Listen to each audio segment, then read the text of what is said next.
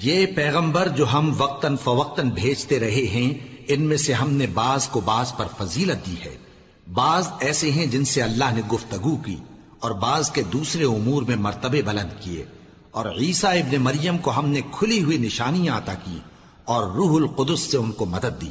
اور اگر اللہ چاہتا تو ان سے پچھلے لوگ اپنے پاس کھلی نشانیاں آنے کے بعد آپس میں نہ لڑتے، لیکن انہوں نے اختلاف کیا تو ان میں سے بعض تو ایمان لے آئے اور بعض کافر ہی رہے۔ اور اگر اللہ چاہتا تو یہ لوگ باہم جنگ و قتال نہ کرتے، لیکن اللہ جو چاہتا ہے کرتا ہے۔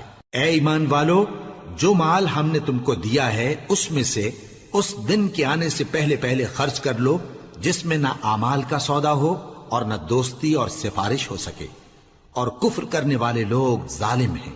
اللہ وہ معبود برحق ہے کہ اس کے سوا کوئی عبادت کے لائق نہیں، زندہ ہے، سب کو تھامنے والا، اسے نہ اونگ آتی ہے نہ نیند۔ جو کچھ آسمانوں میں اور جو کچھ زمین میں ہے سب اسی کا ہے۔ کون ہے کہ اس کی اجازت کے بغیر اس سے کسی کی سفارش کر سکے؟ جو کچھ لوگوں کے روبرو ہو رہا ہے اور جو کچھ ان کے پیچھے ہو چکا ہے اسے سب معلوم ہے، اور لوگ اس کی معلومات میں سے کسی چیز پر دسترس حاصل نہیں کر سکتے۔ ہاں، جس قدر وہ چاہتا ہے اسی قدر معلوم کرا دیتا ہے۔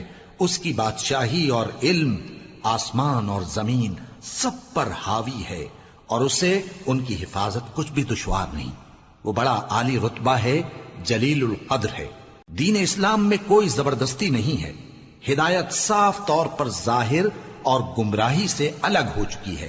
تو جو شخص بتوں سے اعتقاد نہ رکھے اور اللہ پر ایمان لائے، اس نے ایسی مضبوط رسی ہاتھ میں پکڑ لی ہے جو کبھی ٹوٹنے والی نہیں، اور اللہ سب کچھ سنتا ہے، سب کچھ جانتا ہے۔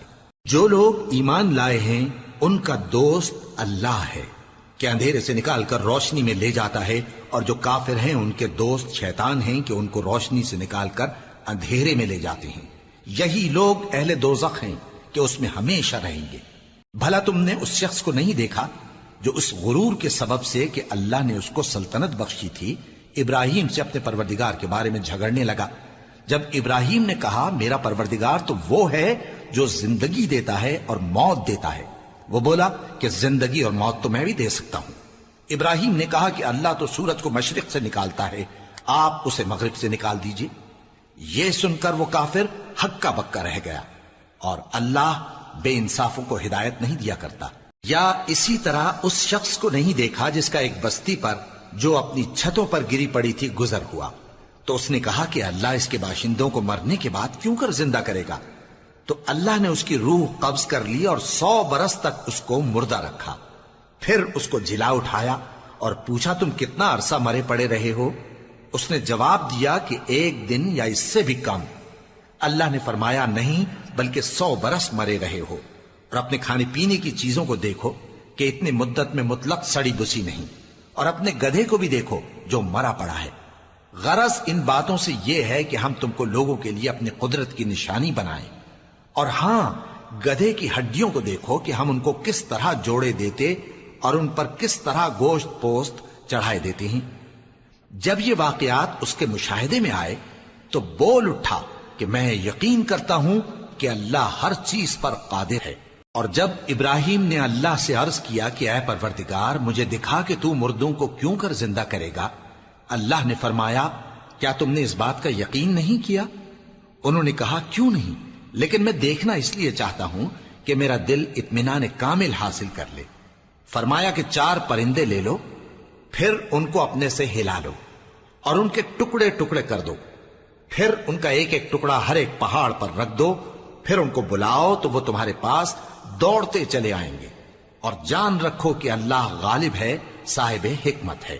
جو لوگ اپنا مال اللہ کی راہ میں خرچ کرتے ہیں ان کے مال کی مثال اس دانے کی سی ہے جس سے 7 بالیں اگیں اور ہر ایک بال میں 100 دانے ہوں، اور اللہ جس کے اجر کو چاہتا ہے اور زیادہ کرتا ہے، اور اللہ کشائش والا ہے، سب کچھ جاننے والا ہے۔ جو لوگ اپنا مال اللہ کے راستے میں صرف کرتے ہیں پھر اس کے بعد نہ اس خرچ کا کسی پر احسان رکھتے ہیں اور نہ کسی کو تکلیف دیتے ہیں، ان کا صلہ ان کے پروردگار کے پاس تیار ہے، اور قیامت کے روز نہ ان کو کچھ خوف ہوگا اور نہ وہ غمگین ہوں گے۔ جس خیرات کے دینے کے بعد لینے والے کو ایذا دی جائے اس سے تو نرم بات کہہ دینی اور درگزر کرنا بہتر ہے، اور اللہ بے نیاز ہے، بردبار ہے۔ مومنوں، اپنے صدقات و خیرات احسان رکھنے اور ایذا دینے سے اس شخص کی طرح برباد نہ کر دینا جو لوگوں کو دکھاوے کے لیے مال خرچ کرتا ہے اور اللہ اور روز آخر پر ایمان نہیں رکھتا، تو اس کے مال کی مثال اس چٹان کی سی ہے جس پر تھوڑی سی مٹی پڑی ہو اور اس پر زور کا مے برس کر اسے صاف کر ڈالے۔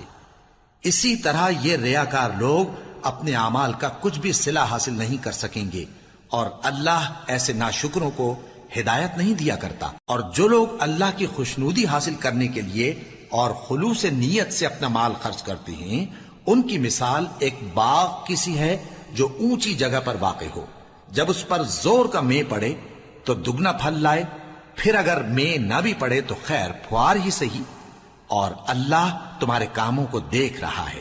بھلا تم میں کوئی یہ چاہتا ہے کہ اس کا کھجوروں اور انگوروں کا باغ ہو جس میں نہریں بہہ رہی ہوں اور اس میں اس کے لیے ہر قسم کے میوے موجود ہوں، اور اسے بڑھاپا آ پکڑے اور اس کے ننھے ننھے بچے بھی ہوں، تو ناگہاں اس باغ پر آگ کا بھرا ہوا بگولا چلے، پس وہ جل جائے۔ اس طرح اللہ تم سے اپنی آیتیں کھول کھول کر بیان فرماتا ہے تاکہ تم سوچو اور سمجھو۔ مومنو، جو پاکیزہ اور عمدہ مال تم کماتے ہو اور جو چیزیں ہم تمہارے لیے زمین سے نکالتے ہیں ان میں سے اللہ کی راہ میں بھی خرچ کرو، اور بری اور ناپاک چیزیں دینے کا قصد نہ کرنا کہ اگر وہ چیزیں تمہیں دی جائیں تو بجز اس کے کہ لیتے وقت آنکھیں بند کر لو، ان کو کبھی نہ لو، اور جان رکھو کہ اللہ بے نیاز ہے، خوبیوں والا ہے۔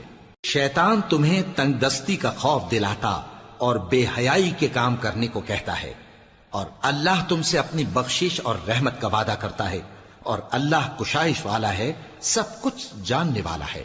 وہ جس کو چاہتا ہے دانائی بخشتا ہے، اور جس کو دانائی ملی بے شک اس کو بڑی نعمت ملی۔